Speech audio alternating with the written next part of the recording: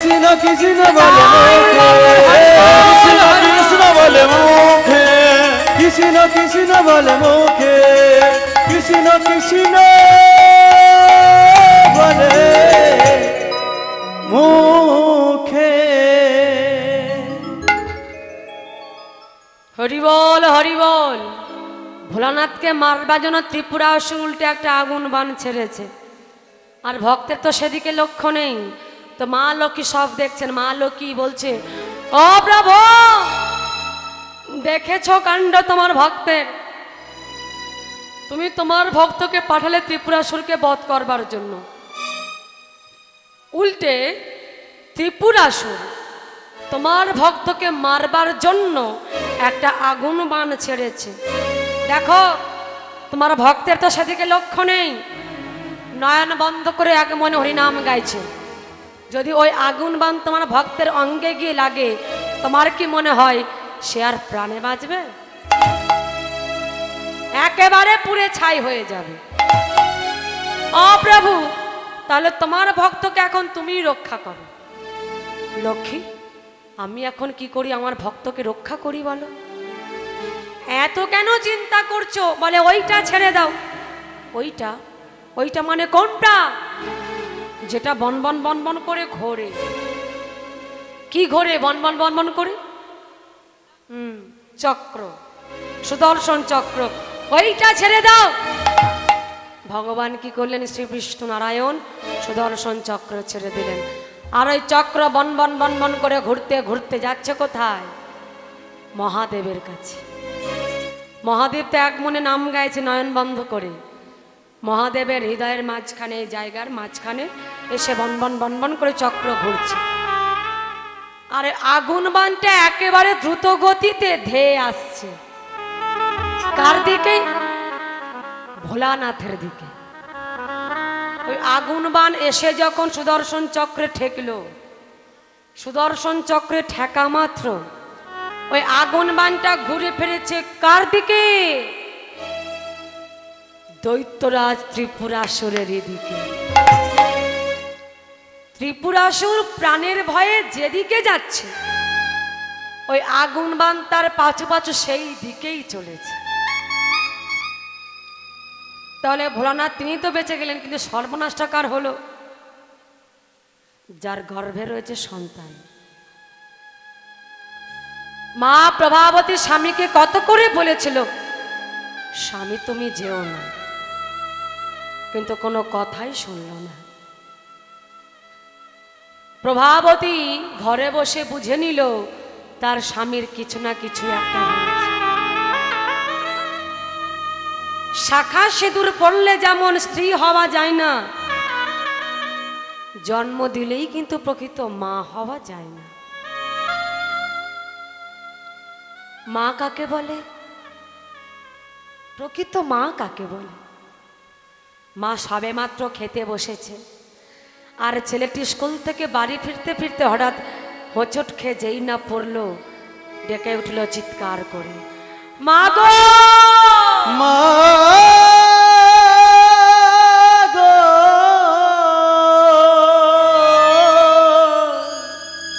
মা, ও গো মা,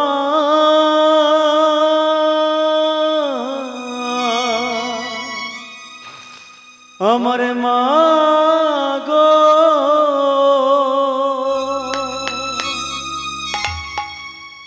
যখনই মা মা করে ডাকে দিল, ছেলের ডাক মায়ের কর্ণে গিয়ে পৌঁছে। মা ঘরে বসেই বুঝে নিল তার ছেলের কিছু না কিছু একটা ঘটেছে। যে মা সন্তানকে ধর্মের পথে ঠেলে দেয়, যে মা সন্তানকে কৃষ্ণ পথে ঠেলে দেয়, যে মা সন্তানকে সৎ পথে নিয়ে চলে, যে মা সন্তানকে কৃষ্ণ ভক্ত করে তোলে, যে মা সন্তানকে সঠিক পথ দেখায়, সেই তো হলো প্রকৃত মা। আর স্ত্রী কাকে বলে? স্বামীর অ্যাক্সিডেন্ট হলো, ওই অ্যাক্সিডেন্টে স্বামীর দুটো পা কেটে চলে গেল, সেই স্বামী ঘরের মধ্যে রইল। যদি কোন স্ত্রী যদি সেই স্বামীর সারা জনম সেবা করে, কোন স্ত্রী যদি সেই স্বামীকে সারা জনম দেখে, তবে সেই তো হলো প্রকৃত স্ত্রী, যে স্বামীর দুঃখে দুঃখী, যে স্বামীর সুখে সুখী। তাই গৌর হরি হরিবোল হরিবোল হরিবোল। আজ মা প্রভাবতী বুঝে নিল স্বামীর কিছু না কিছু একটা ঘটেছে। ত্রিপুরাসুর চলেছে, যেদিকে যাচ্ছে তার পাছু পাছু যাচ্ছে ওই আগুন বাণ। কত দূর যাবে বাবা? ওই ত্রিপুরাসুর আগুন বাণ যখন তার অঙ্গে গিয়ে লাগলো, সারা দেহটা আগুন বাণে পুড়ে গেল। দেহের যে বাসন সেটা পুড়ে গেছে, চোখের পাতাগুলো পুড়ে গেছে, মাথার চুলগুলো পুড়ে গেছে, কিন্তু বাবা দেহে এখনো প্রাণটা রয়েছে। অতি কষ্টে চলেছে ত্রিপুরাসুর প্রভাবতীর কাছে। দরজার কাছে গিয়ে ঠক ঠক করে শব্দ করছে, প্রভাবতী, প্রভাবতী। প্রভাবতী যেই না স্বামীর কণ্ঠস্বর পেয়েছে, অমনি ছুটে গিয়ে দরজাটি খুলে দিয়েছে। স্বামী, কি এ আমি কি দেখছি? না, এ হতে পারে না, এ হতে পারে না, এ হতে পারে না। প্রভাবতীর কোলে শুয়ে পড়ল ত্রিপুরাসুর। স্বামী গো, কতবার তোমাকে নিষেধ করেছি, কতবার তোমাকে বলেছি স্বামী তুমি যেও না, তুমি যে আমার কোনো কথাই শুনলে না। তোমার সারা দেহটা পুড়ে গেছে, আমি জানি তুমি আর বেশিক্ষণ বাঁচবে না। স্বামী গো, তুমি চলে গেলে আমার কি হবে? তুমি চলে গেলে আমার সন্তানের কি হবে? প্রভাবতী, তুমি আমাকে অনেকবার নিষেধ করেছো, কিন্তু আমি তোমার কোনো কথাই শুনিনি। প্রভাবতী, যদি আমি তোমার কথা শুনতাম, সৎপথে চলতাম, তাহলে হয়তো এই দিনটা আজ আমাকে দেখতে হতো না। এই জীবনে কত পাপ করেছি, কত অন্যায় করেছি, কত মানুষের আমি প্রাণ নিয়েছি, একদিনও আমি এতটুকু ভালো কর্ম করি নাই। দয়াময়, এই বিদায় নেবার আগে তোমার কাছে আমি একটা কথাই বলে যেতে চাই, এই জীবনে যত অন্যায়, যত পাপ, যত কুকর্ম আমি করেছি, সকল অপরাধে তোমার চরণে নিয়ে তোমার চরণে আমাকে ঠাঁই দাও। কত অহংকার এই মনের ভেতর, কত অহংকার, কত লোভ লালসা, তেজ অহংকার আমাদের মনের মধ্যে জমে আছে, তাই না মা?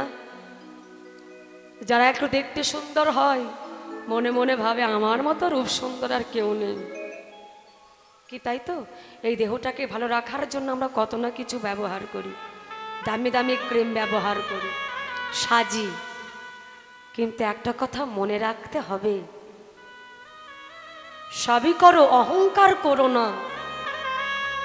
সবই কিছু করো, কিন্তু মনের মধ্যে অহংকারটা পুষে রেখো না, কারণ ভগবান সবই সইতে পারে না কারোর অহংকার আর কোন ভক্তের নয়নের জল। এই দেহটাকে নিয়ে আমরা কত অহংকার করি, কিন্তু এই দেহটাই সবই শেষ হয়ে যাবে, ওই আগুনে এক মুঠো ছাই হয়ে। ও তোর সোনা রঙ্গ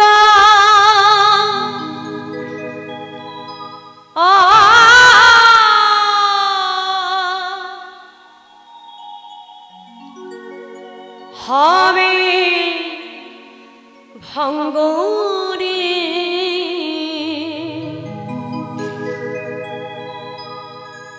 ও তোর সোনা রঙ্গ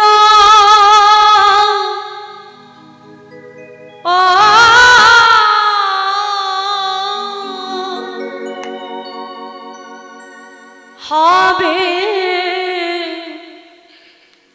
ভঙ্গুরে।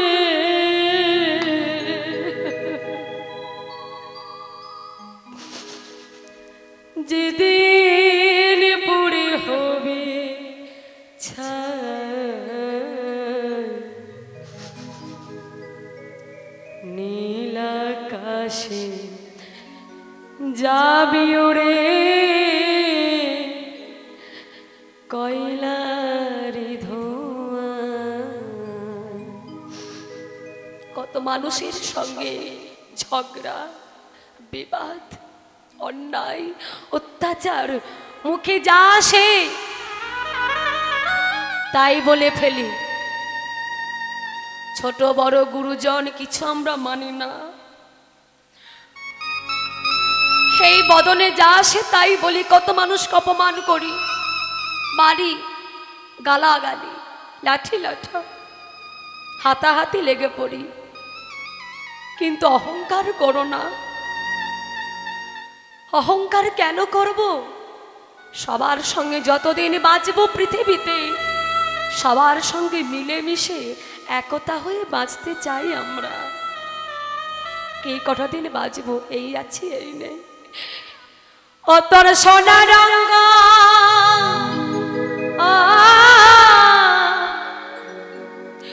হবে ভঙ্গুরে, ও তুই যেদিন পুড়ে হবি ছাই, নীল আকাশে যাবি উড়ে কয়লার ধোঁয়া। ও তুই নীল আকাশে যাবি উড়ে কয়লার ধোঁয়া। ও তোর সোনা রঙ্গ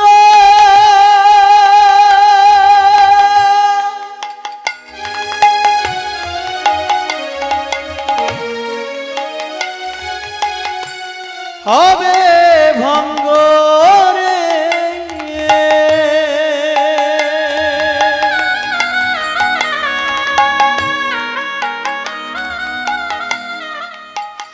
ও তোর সোনা রঙ্গ হবে ভঙ্গুরে।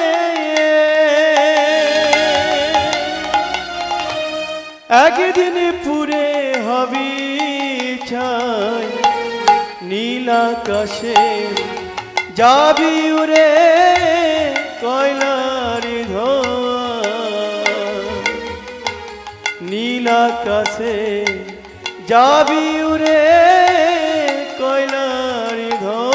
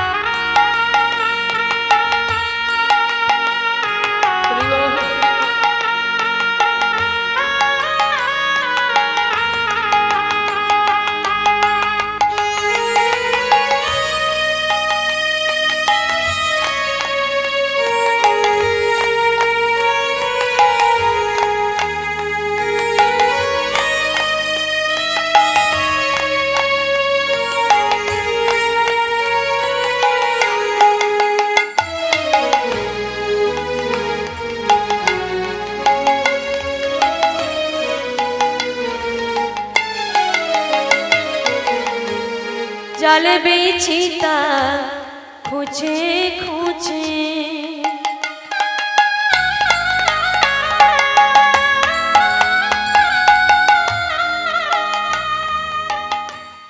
মারবে বাড়ি হাড়ের গিঠে রে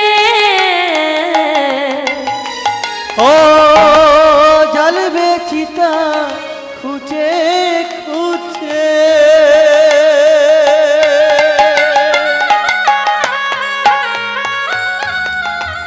মারবে বাড়ি হারে পিঠে রে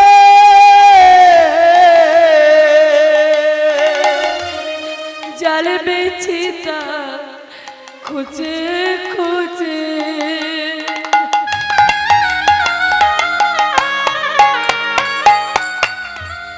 মারবে বাড়ি হাড়ের গিঠে রে জ্বলবে চিতা খুঁজে খুঁজে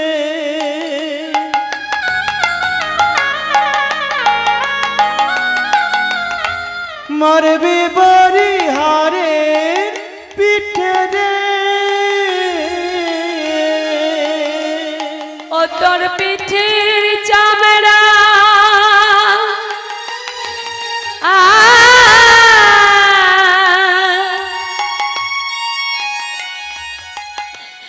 যাবে ফেটে রে ও তোর পিঠের চামড়া যাবে ফেটে রে ও তোর পিঠের চামড়া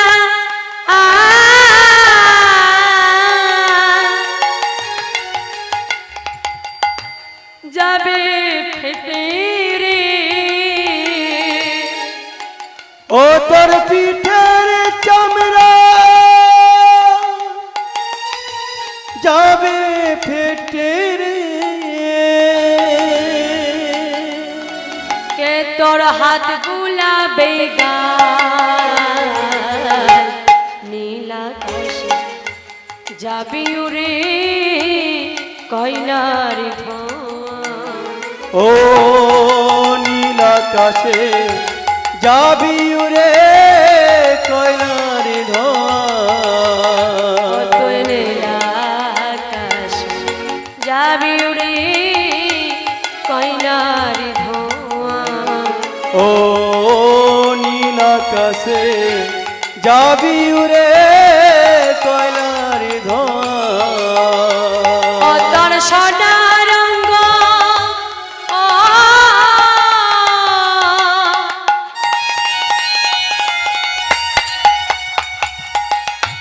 হবে ভঙ্গুরে যেদিন পুরি হবি নীল আকাশে যাবি উড়ে কয়লার ধোঁয়া ও নীল আকাশে যাবি উড়ে কয়লার ধোঁয়া ও নীল আকাশে যাবি উড়ে কয়লার ধোঁয়া ও নীল আকাশে যাবি উড়ে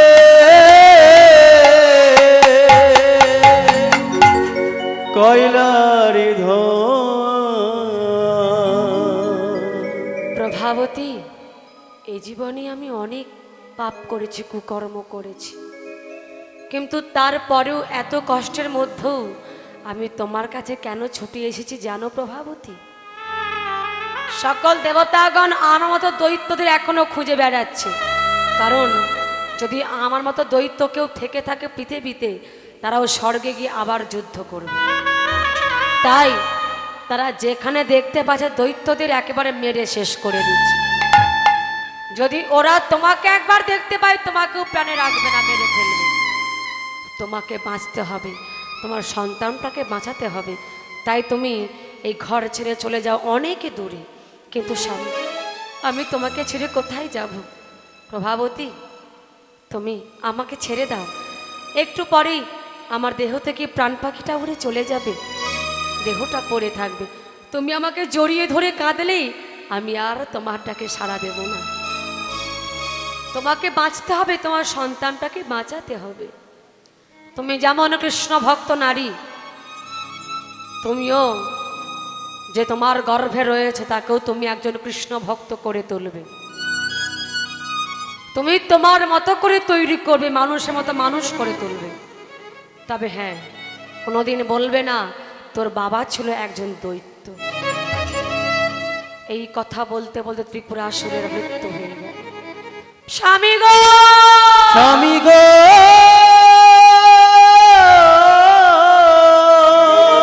স্বামী ও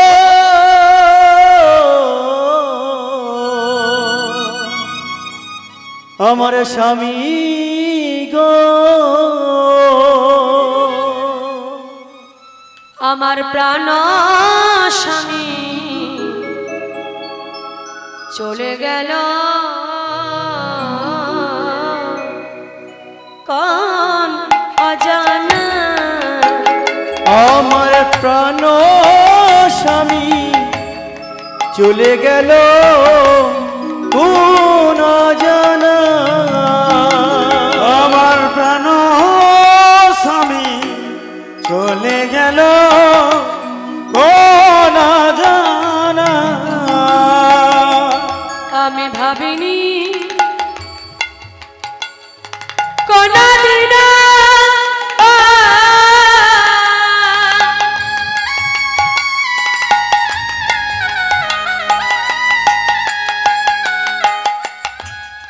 আমি ভাবিনি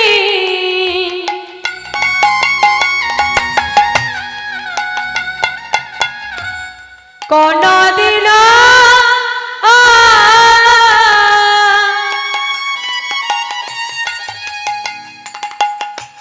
আমি ভাবিনি, আমি ভাবিনি আমার প্রাণ স্বামী চলে গেল কোন অজানা। আমার প্রাণ স্বামী চলে গেল কোন জানা। আমার প্রাণ স্বামী চলে গেল কোন অজানা। আমার প্রাণ স্বামী চলে গেল কোন জানা। আমার প্রাণ স্বামী চলে গেল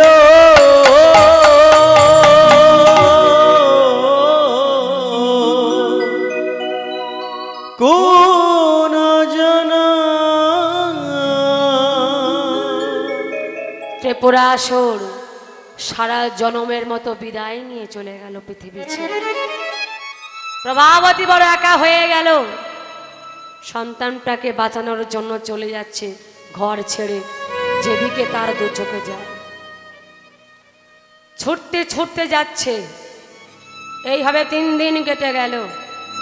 গিয়ে পৌঁছালো একটা ফাঁকা মাঠের মধ্যে। আশেপাশে কেউ কোথাও নেই। এটা গাছের তলায় মা প্রভাবতী বসে পড়েছে। মনে মনে ভাবছে 3 দিন হয়ে গেল আমি কিছু খাইনি। আমি যখন খাইনি, নিশ্চয় আমার সন্তানটাও কিছু খায়নি। আমাকে খেতে হবে। গাছ থেকে একটা ফল পেড়েছে। ফল পেড়েই একটু একটু করে সে বানিয়েছে। মনে মনে ভাবছি 3 দিন হয়ে গেল আমি ঘুমাইনি, এবার আমাকে ঘুমাতে হবে। নয়ন বন্ধ করা মাত্র অমনি ঘুমিয়ে পড়েছে। কথায় বলে যেখানে বাঘের ভাই সেখানেই তো সন্ধ্যা হয়। প্রভাবতী মা যে জায়গায় ঘুমিয়ে রয়েছে সেই রাস্তা দিয়ে একজন যাচ্ছিল দেবতা। তিনি কোন দেবতা? তিনি এমনই একজন দেবতা যা নিজের গুরুপত্নী অহল্যাকে পর্যন্ত ছাড়েন। তো সে কোন দেবতা? ইন্দ্র। আপনারা তো সবাই জানেন। দেবরাজ ইন্দ্র যাচ্ছিল সে রাস্তা দিয়ে। হঠাৎ দেখতে পেল কি ব্যাপার, কে যেন গাছের তলায় ঘুমিয়ে রয়েছে। কেউ এই মেয়েটা আমাকে দেখতে হবে তো। কিছুটা কাছে গিয়ে দেখলো কি, ও বাবা, আরে এই যে ত্রিপুরাসুরের স্ত্রী প্রভাবতী। মেয়েটাকে দেখে মনে হচ্ছে মেয়েটি গর্ভবতী। যাই হোক, মেয়েটা দেখতে বড় সুন্দরী, ওকে প্রাণে আমি মারবো না, ওকে আমার সঙ্গে নিয়ে যাব, আমার পাশে রাখবো, ওকে নর্তকীতে প্রমাণ করব। আর ওর গর্ভে যে রয়েছে তার যখন জন্ম হয়ে যাবে একেবারে গলা টিপে মেরে শেষ করে দেব। এই ভাব মনে করে ইন্দ্র যেই না ঘুমন্ত প্রভাবতী মাথার চুলগুলোকে ধরে দিল টান, চলো চলো আমার সঙ্গে চলো। প্রভাবতীর ঘুমটা ভেঙে গেছে, চমকে উঠেছে। কি কে কে তুমি? আমায় মারছো কেন? আমাকে ছেড়ে দাও, আমাকে মেরো না, আমাকে মেরো না, চলো। কে তুমি? আমি তোমার কি দোষ করেছি? কেন তুমি আমার উপর অন্যায় করছো, অত্যাচার করছো? আমাকে তুমি আর মেরো না, আমাকে তুমি ছেড়ে দাও।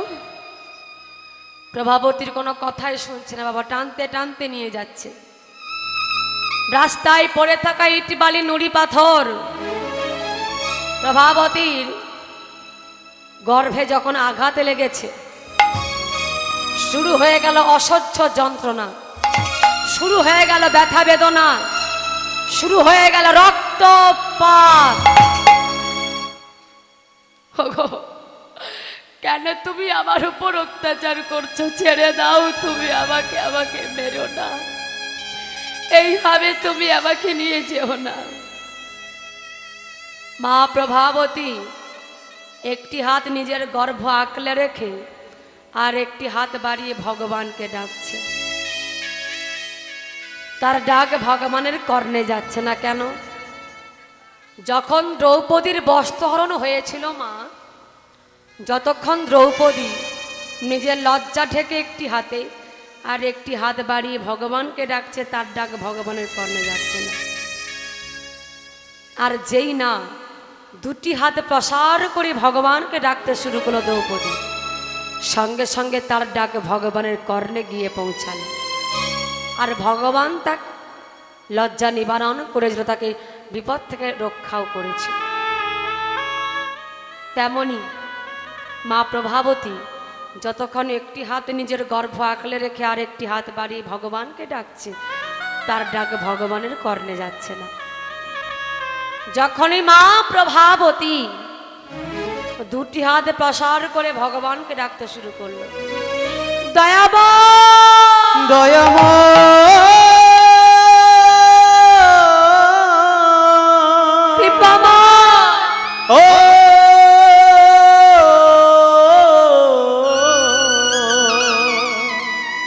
করুণাময়,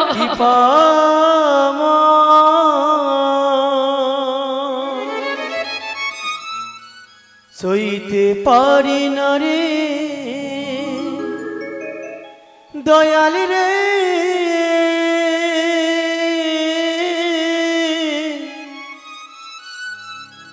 এই ব্যথা জানিত না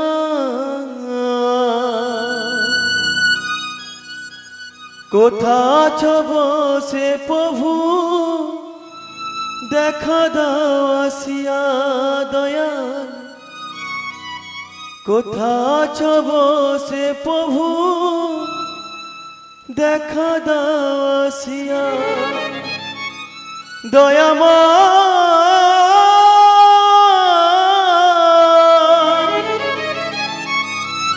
ও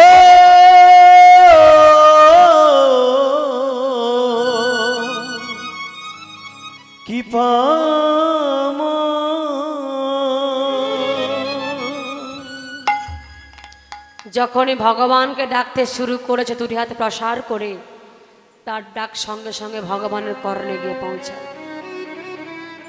ভগবানের বদনখানা মলিন হয়ে গেছে, নারদকে ডাকছে, নারদ নারদ নারদ। নারদ এলেন, প্রভুর কাছে প্রণাম জানালেন। প্রভু, তুমি আমায় ডাকছো প্রভু? কি হয়েছে তোমার? তোমাকে দেখে মনে হচ্ছে তুমি বড় চিন্তিত। বলো না প্রভু, কি হয়েছে তোমার?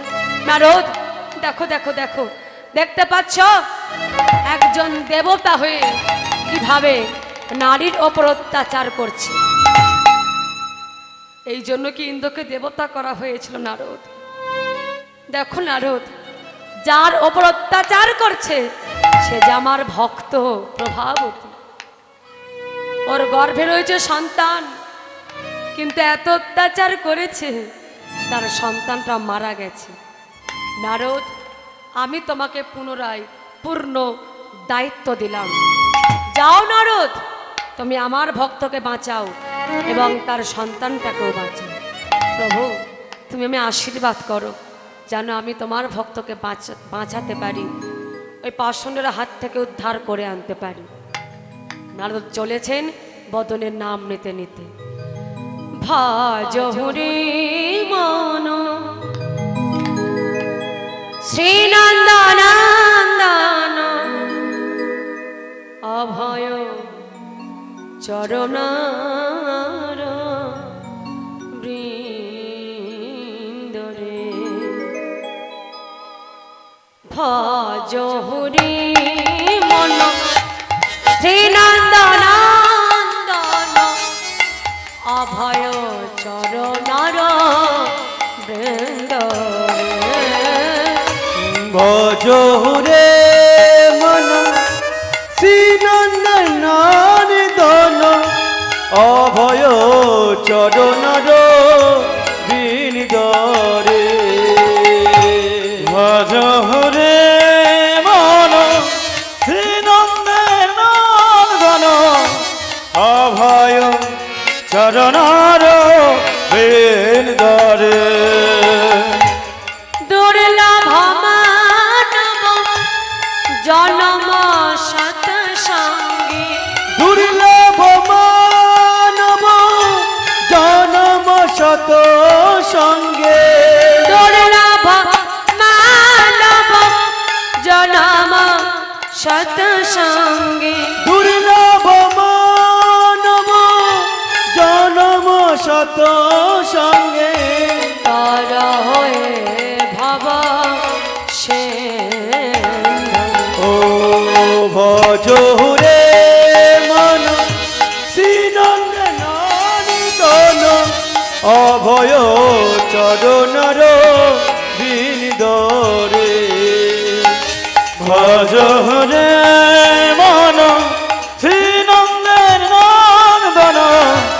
অভয় চরণার বৃন্দরে।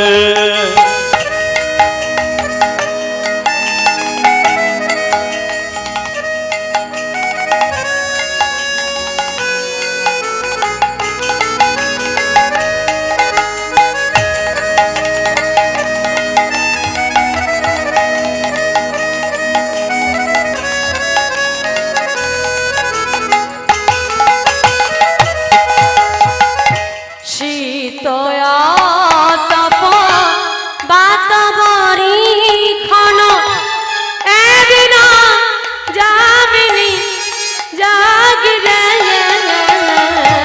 শীত আতপ বাত বরিক্ষণ এদিন যামিনী জাগিরে।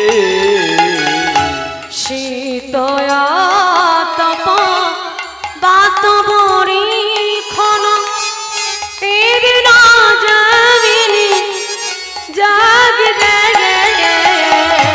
শীত আতপ বাত বরিক্ষণ এদিন যামিনী জাগিরে। বৃথায় সেবেন কৃপণ দুর্জন। বৃথায় সেদিন কৃপণ দুর্জন। বৃথায় সেবেন কৃপণ দুর্জন। বৃথায় সেদিন কৃপণ দুর্জন। সে বহরি পদ নে ভজরে মন শ্রীনন্দন অভয় চরণর বিন্দরে ভজরে মন শ্রীনন্দের নন্দন অভয় চরণার বৃন্দরে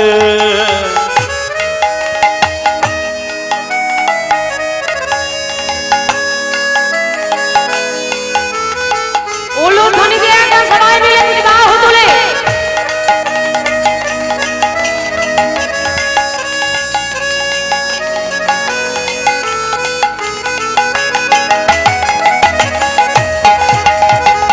শ্রবণ কীর্তন স্মরণ বন্দন পাদ সেবন দাসরে শোভন কীর্তন মরণ বন্দন পদ সেবন দাসরে শ্রবণ কীর্তন স্মরণ বন্দন পাদ সেবন দাসরে শোভন কীর্তন স্মরণ বন্দন পদ সেবন দাসরে পূজন শাখ আত্মনিবেদন পূজন শাখা আত্মনিবেদন পূজন শাখ আত্মনিবেদন পূজন শাখা আত্মনিবেদন গোবিন্দ দাসয় ও ভজরে মন শ্রীনন্দন অভয় চরণর বিন্দরে ভজরে মন শ্রীনন্দের নন্দন অভয় চরণার বৃন্দরে ও অভয় চরণর বিন্দরে অভয় চরণার বৃন্দরে ও অভয় চরণর বিন্দরে অভয় চরণর বিন্দরে অভয় চরণর বিন্দরে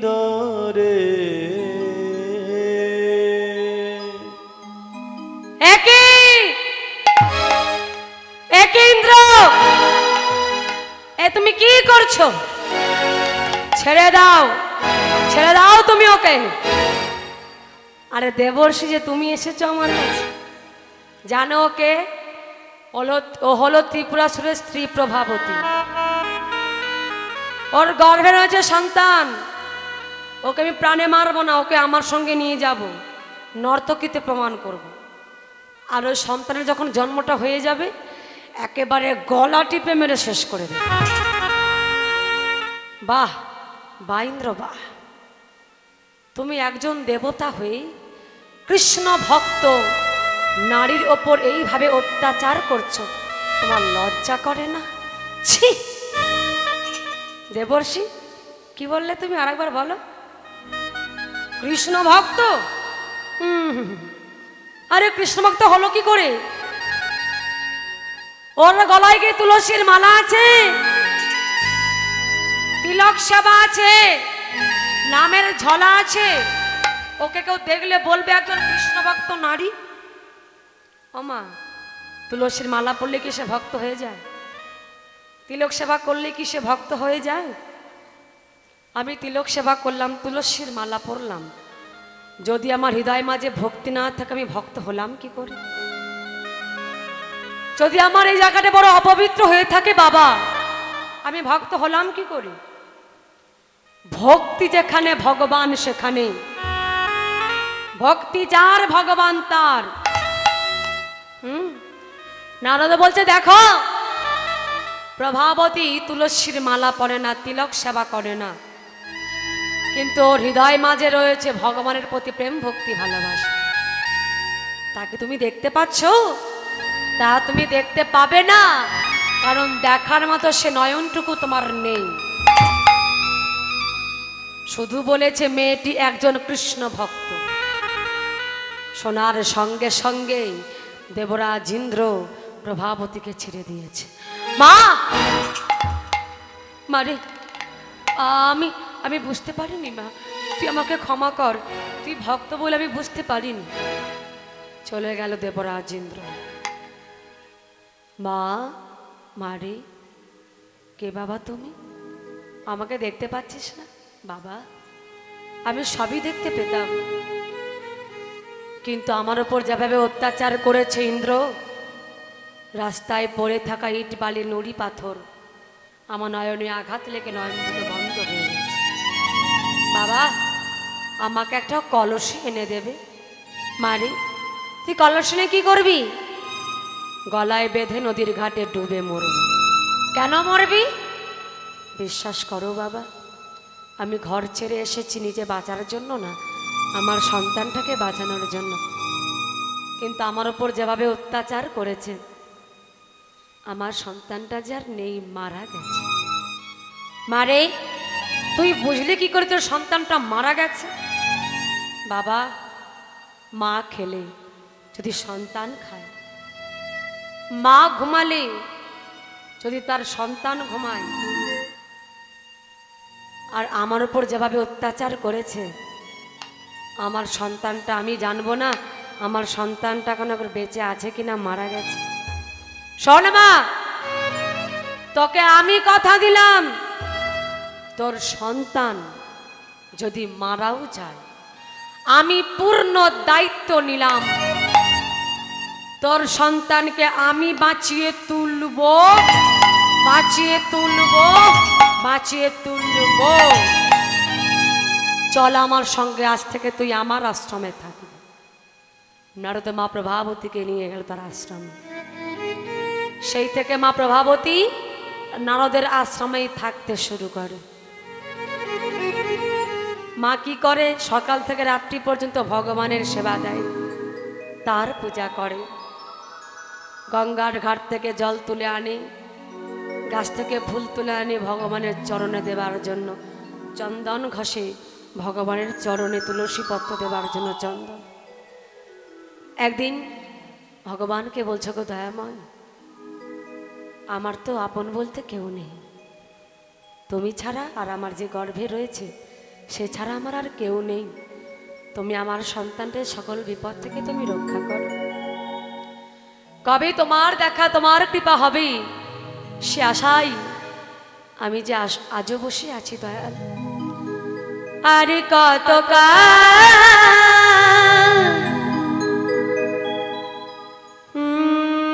গিরিধারিলা আড়ালে আড়ালে রবে, তুমি আড়ালে আড়ালে রবে, তুমি আড়ালে আড়ালে রবে। আরে কত কাল গিরিধারিলা আড়ালে আড়ালে রবে, তুমি আড়ালে আড়ালে রবে, তুমি আড়ালে আড়ালে রবে। আর কত কাল গিরিধারিলা আড়ালে আড়ালে রবে, আড়ালে আড়ালে রবে,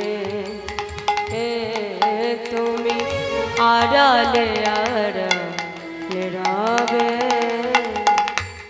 আরে কত কাল গিরিধারিলা আড়ালে নীরবে তুমি আড়ালে নীরবে তুমি আড়ালে নীরবে নয়নের জল ঝরে অবিরত নয়নেরি জল ঝরে অবিরত নয়নের জল ঝরে অবিরত নয়নেরি জল ঝরে অবিরত দর্শন দেবী বা কবে গিরিধারী আড়ালে আড়ালে রবে আড়ালে আড়ালে রবে আর কত কাল গিরিধারী আড়ালে রবে তুমি আড়ালে রবে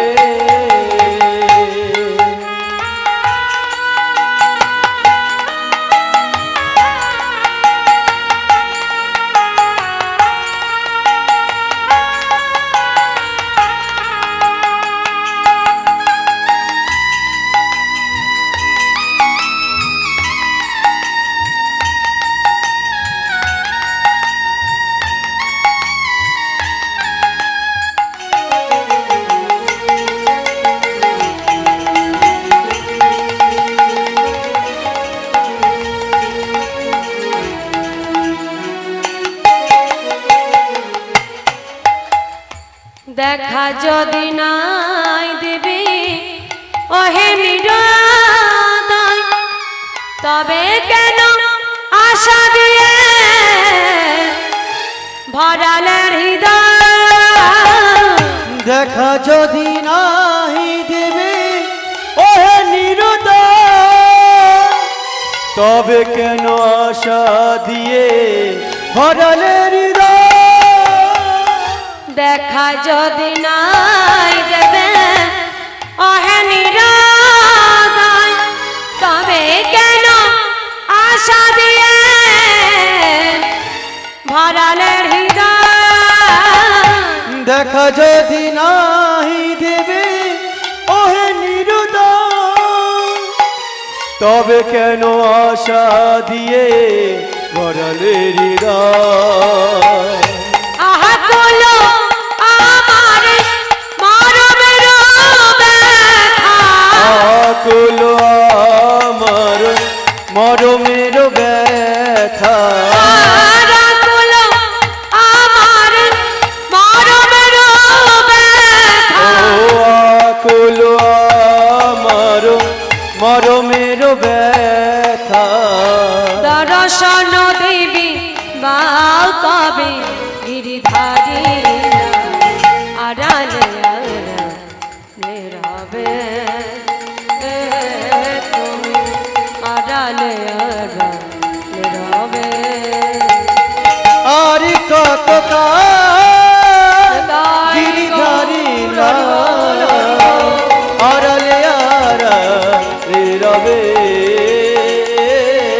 তুমি আড়ালে আড়ালে রবে তুমি আড়ালে আড়ালে রবে তুমি আড়ালে আড়ালে রবে তুমি আড়ালে আড়ালে রবে এইভাবে মায়ের দিন কাটে আরো 5টা মাস এইভাবে কেটে গেল 10 মাস 10 দিন পর মায়ের কোল আলো করে এলো একটা ফুটফুটে পুত্র সন্তান স্বামীগত হয়েছে তারপর সন্তান এলো হ্যাঁ মা সন্তান কোলে পেয়ে মনে আনন্দা ধরছে না সারা আশ্রমটা সবাই আনন্দে আত্মহারা শুভ দিনে শুভক্ষণে বিধির বিধানে শুভ দিনে শুভ ক্ষণে বিধির বিধানে শুভ দিনে শুভ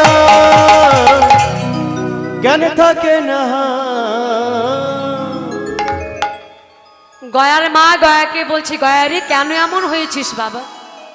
সারাক্ষণ হরিনামে কৃষ্ণ নামে নিজেকে মাতিয়ে রাখিস কেন রে? মা গো, আমি যে তোমায় দেখে বুঝেছি, তোমায় দেখে জেনেছি, শুনেছি যে নাম ছাড়া আমাদের আর কোনো গতি নাই, কোনো গতি নাই, কোনো গতি নাই। তো বাবা সারাক্ষণে যে ধুলায় গড়াগড়ি দিয়ে ধুলা মাখামাখি করিস, কাদা মাখামাখি করিস কেন রে বাবা?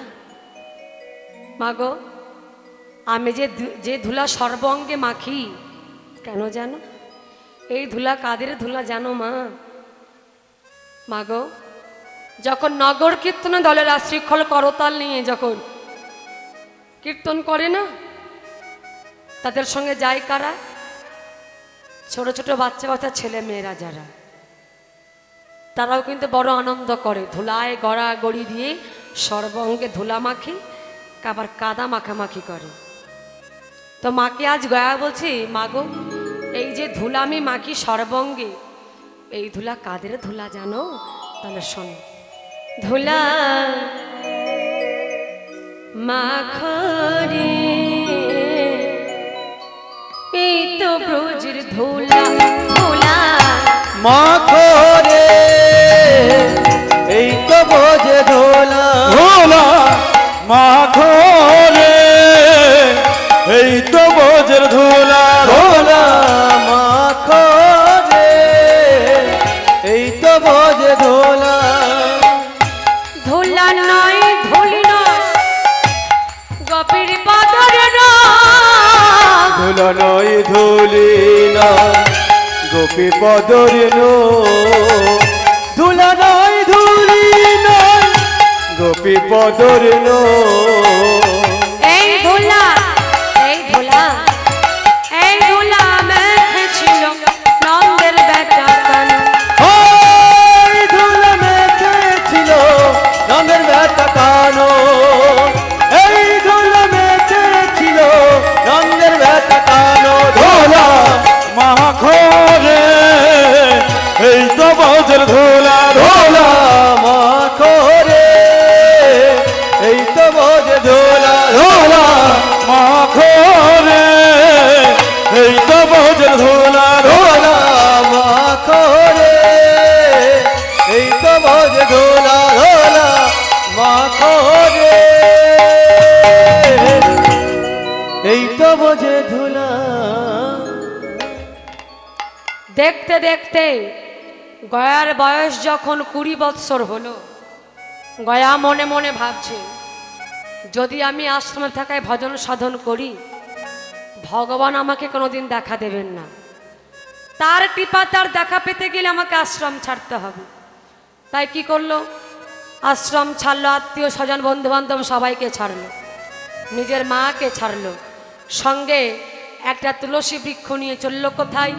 ভজন সাধন করিবার লাগি, ভগবানের কৃপা তার দেখা পাবার জন্য ফল্গু নদীর তীর। আপনারা কেউ গেছেন সেই ফল্গু নদীতে? হাত তুলুন দেখি কে কে গেছেন। একজন, ও আচ্ছা আচ্ছা, 2 জন। এদিকে কেউ না? আচ্ছা, 3-4 জন গেছেন, তাই তো? তো ফল্গু একটা অভিশাপ পেয়েছিল। কার অভিশাপ? মা সীতার অভিশাপ পেয়েছিল। কেন?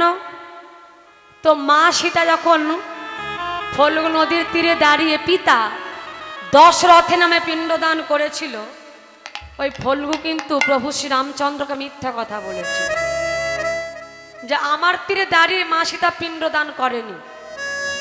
তখন মা সীতা বলছে, ফল্গু, তোর তীরে দাঁড়িয়ে আমি পিতার নামে পিণ্ডদান করলাম, তুই কিনা আমার স্বামীকে মিথ্যা বললি, আমাদের স্বামী স্ত্রীর মধ্যে ভাঙন ধরিয়ে দিলে, বিশ্বাসটা ভাঙিয়ে দিলি, আমাদের মাঝখান থেকে পাঁচিল তুলে দিলি। ওরে ফল্গু, তুই আমার হৃদয়টাকে শুকনো করে দিয়ে তুই কি নিজে ভালো থাকবি? কখনো না। শোন, আমি তোকে অভিসম্পাত করলাম, যেমন তুই আমার হৃদয়টাকে শুকনো করে দিলি, তোকে আমি অভিশাপ দিলাম, তুইও শুকনো হয়ে যাবি। তোর ওই জল ওপরে থাকবে না, নিচে চলে যাবে, আর নিচের বালি ওপরে থাকবে। সেখানে কত কুকুর বিড়াল ছাগল পায়খানা করে, প্রস্রাব করে, কেন? এটা হলো মা সীতার অভিশাপ। তো সেই ফল্গু নদীর তীরে গেল কোথায়? কে গেল? গয়া। সামনে তুলসী বৃক্ষ রেখে বসে মনে মনে ভগবানকে জানাচ্ছ, গো দয়াময়, সর্বস্ব ছেড়ে আমি ছুটে এসেছি এখানে তোমার ভজন সাধন করবার লাগে, তুমি আমাকে কৃপা করো। আমি নয়ন বন্ধ করি তোমার নাম করব, যতদিন না তুমি আমার কাছে এসে নয়ন স্পর্শ করে আমায় দেখা না দিচ্ছ, আমি নয়ন খুলব না। এই প্রতিজ্ঞা নিয়ে গয়া ভজন সাধন করতে বসলো, নয়ন বন্ধ করে। কেমন ভাবে? আসুন আমরাও করি। কৃষ্ণ কৃষ্ণ কৃষ্ণ কৃষ্ণ কৃষ্ণ কৃষ্ণ কৃষ্ণ হে কৃষ্ণ কৃষ্ণ কৃষ্ণ কৃষ্ণ কৃষ্ণ কৃষ্ণ কৃষ্ণ হে কৃষ্ণ কৃষ্ণ কৃষ্ণ কৃষ্ণ কৃষ্ণ কৃষ্ণ কৃষ্ণ হে কৃষ্ণ কৃষ্ণ কৃষ্ণ কৃষ্ণ কৃষ্ণ কৃষ্ণ কৃষ্ণ হে কৃষ্ণ কৃষ্ণ কৃষ্ণ কৃষ্ণ কৃষ্ণ কৃষ্ণ কৃষ্ণ হে কৃষ্ণ কৃষ্ণ কৃষ্ণ কৃষ্ণ কৃষ্ণ কৃষ্ণ কৃষ্ণ হে হরি নাম কৃষ্ণ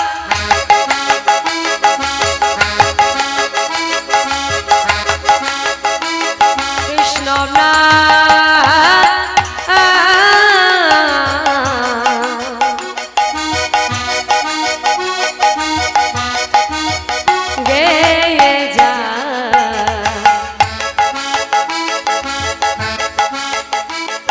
অবিরাম হরি নাম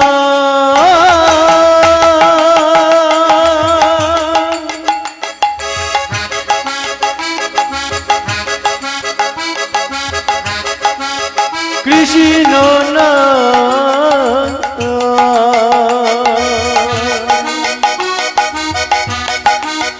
গেয়ে যা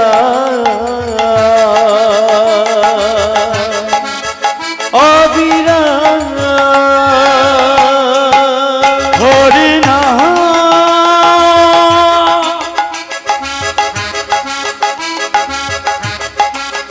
কৃষ্ণ নাম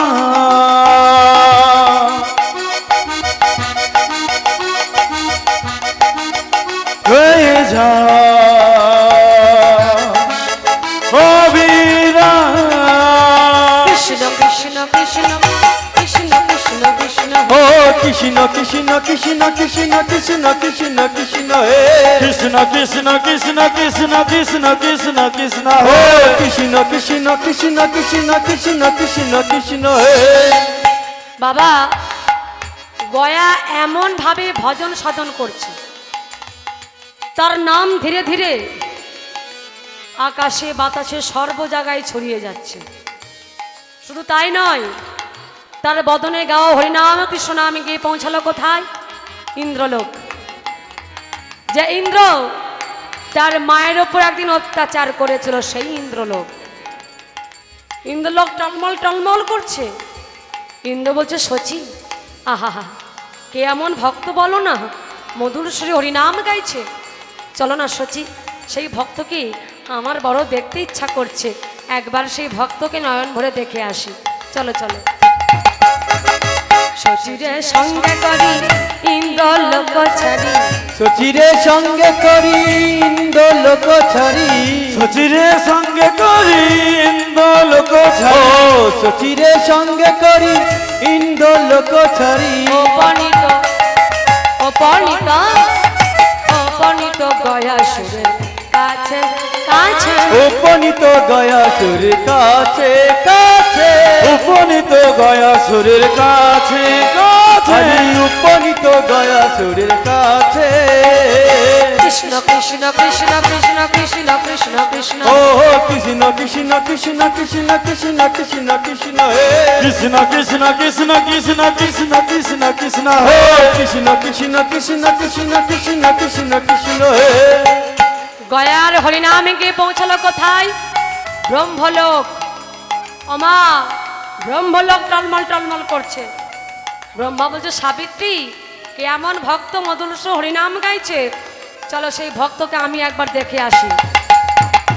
সাবিত্রীর সঙ্গে করি ব্রহ্ম লোক ছাড়ি, সাবিত্রীর সঙ্গে করি ব্রহ্ম লোক ছাড়ি, সাবিত্রীর সঙ্গে করি ব্রহ্ম লোক ছাড়ি, সাবিত্রীর সঙ্গে করি ব্রহ্ম লোক ছাড়ি। উপনীত গয়াসুরের কাছে কাছে, উপনীত গয়াসুরের কাছে কাছে, উপনীত গয়াসুরের কাছে কাছে, আজি উপনীত গয়াসুরের কাছে। কৃষ্ণ কৃষ্ণ কৃষ্ণ কৃষ্ণ কৃষ্ণ কৃষ্ণ কৃষ্ণ, ও কৃষ্ণ কৃষ্ণ কৃষ্ণ কৃষ্ণ কৃষ্ণ কৃষ্ণ কৃষ্ণ হে কৃষ্ণ কৃষ্ণ কৃষ্ণ কৃষ্ণ কৃষ্ণ কৃষ্ণ কৃষ্ণ কৃষ্ণ কৃষ্ণ কৃষ্ণ কৃষ্ণ কৃষ্ণ কৃষ্ণ কৃষ্ণ হে। গয়ার হরিনাম আরো এক জায়গায় গিয়ে পৌঁছালো। সেটা কোন জায়গা? শিবলোক।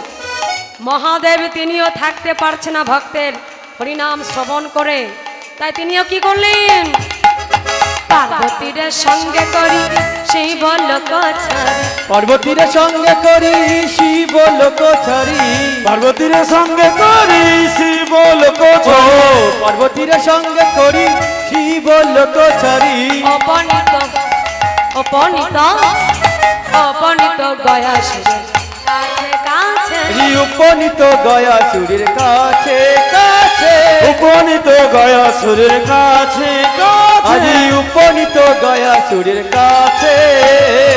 কৃষ্ণ কৃষ্ণ কৃষ্ণ কৃষ্ণ কৃষ্ণ কৃষ্ণ কৃষ্ণ কৃষ্ণ হে কৃষ্ণ কৃষ্ণ কৃষ্ণ কৃষ্ণ কৃষ্ণ কৃষ্ণ কৃষ্ণ কৃষ্ণ কৃষ্ণ কৃষ্ণ কৃষ্ণ কৃষ্ণ কৃষ্ণ কৃষ্ণ হে কৃষ্ণ কৃষ্ণ কৃষ্ণ কৃষ্ণ কৃষ্ণ কৃষ্ণ কৃষ্ণ হে।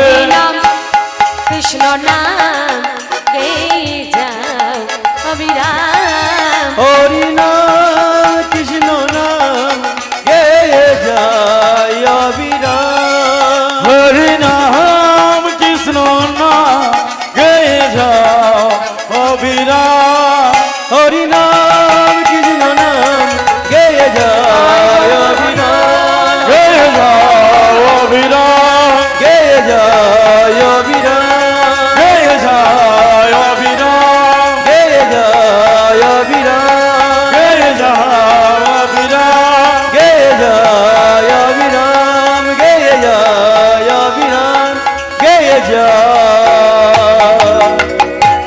অবিরাম। গয়া এমন ভাবে ভজন সাধন করছে, সকল ৩৩ কোটি দেবদেবীগণ স্বর্গ থেকে নেমে এসেছে মর্তলোকে, আসন পেতে গয়ার সম্মুখে বসে হরিনাম শ্রবণ করছে। কিন্তু গয়া কাউকে দেখতে পাচ্ছে না, কেন? নয়ন বন্ধ করে নাম করছে তো। কিন্তু গয়া যেভাবে হরিনাম গাইছে, সর্ব জায়গায় তো নাম ছড়িয়ে গেল, কিন্তু সেই নাম আরো এক জায়গায় গিয়ে পৌঁছালো। সেটা কোন জায়গা? সেটা এমন একটা জায়গা মা, ছোট্ট পিঁপড়ে পর্যন্ত সেই জায়গায় যেতে চায় না। সেটা কোন জায়গা? যমলোক। তো যমলোকে হরিনাম পৌঁছে গেল। সেখানে কারা থাকে? পাপীরা থাকে। তো পাপীদের কর্ণে যখন হরিনাম প্রবেশ করলো, তারা শ্রবণ করলো হরিনামে কৃষ্ণ নামে, তারাও কি হলো?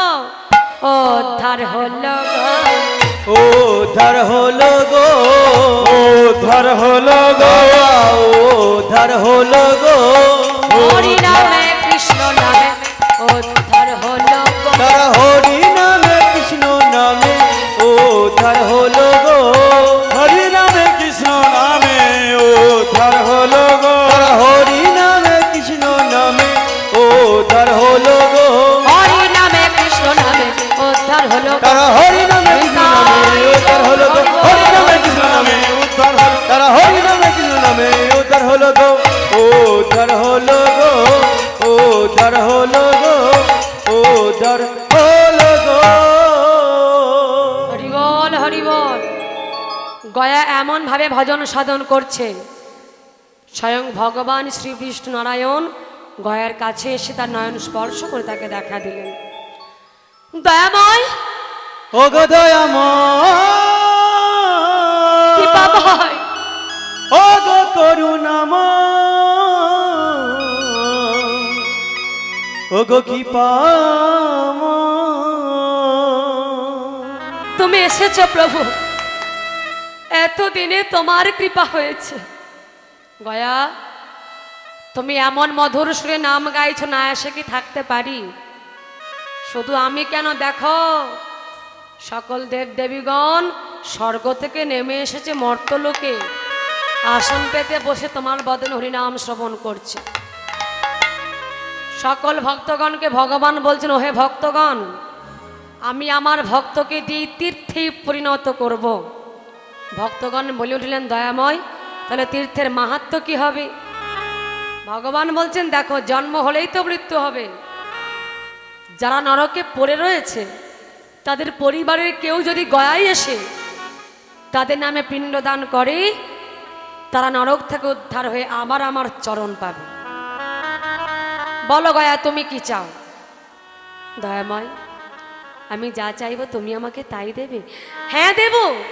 বলো তুমি কি চাও? দেখুন গয়া কি চাইলো, টাকা পয়সা গাড়ি বাড়ি সোনাদানা কিছু চাইলো না। কি চাইলো? দয়াময়, এই মুহূর্তে তুমি আমার মৃত্যু দিয়ে দাও। একই একই গয়া, এ তুমি কি চাইলে? মৃত্যু চাইলে। সবাই চাই টাকা পয়সা গাড়ি বাড়ি, আর তুমি কিনা মৃত্যু চাইছো কেন গয়া? প্রভু, আমি যার বাঁচতে চাই না। কেন বাঁচতে চাও না? কিন্তু গয়া, তোমার মৃত্যু যে এখন অনেক সময় বাকি, এখন তোমার মৃত্যু নেই। জানি প্রভু, জানি। যে সময় আমার মৃত্যুর কথা, অন্তিম সময়, এই যে রূপ আমি তোমার দর্শন করছি এখন, সেই অন্তিম সময় যদি আমি তোমার এই রূপ দেখতে না পাই, সেই সময় যখন আমার দেহ থেকে প্রাণ পাখিটা উড়ে চলে যাবে, আমার যে মানব জন্মটাই বৃথা হয়ে যাবে। তাই এখন যদি আমি তোমার এই রূপ দর্শন করতে করতে মরতে পারি, তবে তোমার মানব জন্মটা ধন্য হবে। তাই আমি আর বাঁচতে চাই না, তুমি আমার মৃত্যু দিয়ে দাও। ঠিক আছে গয়া, তাই হয়। তবে হ্যাঁ প্রভু, আমার তো মৃত্যু হয়ে যাবে, তুমি আমাকে পাষাণ করে দেবে। আমি এখানে থাকবো, তুমি আমাকে তীর্থে পরিণত করবে। দয়াময়, আমি যেমন এখানে থাকবো, তোমাকে কিন্তু আমার সঙ্গে থাকতে হবে। আমিও থাকবো। হ্যাঁ, কিভাবে থাকবো গয়া? আমি পাষাণ হয়ে রব, তোমার একটি চরণ আমার মস্তকের ওপর অঙ্কিত করে দেবে। যারা নরকে পড়ে রয়েছে তাদের পরিবারের কেউ যদি গয়ায় এসে তাদের নামে পিণ্ডদান করে এই মস্তকের ওপর, তারা উদ্ধার হয়ে নরক থেকে আবার তোমার চরণ পাবে। বেশ গয়া, তাই হবে। ভগবান কি করলেন? গয়ার মৃত্যু দিলেন, সে পাষাণ হয়ে গেল গয়া। আর ভগবান একটি চরণ রাখলেন বলি শিরে, আর একটি চরণ রাখলেন গয়া শিরে। তাহলে সবাই জানতে পারলেন গয়া তীর্থের মাহাত্ম্য কি, তার মহিমা কি। আমরা সবাই জানলাম গয়া কিভাবে ভগবানের শ্রীচরণ পেল। এখানেই আমাদের ভক্ত আর ভগবানের মধুর মিলন। আসুন সবাই মিলে আমরা ভক্ত আর ভগবানের মধুর মিলন দর্শন করি।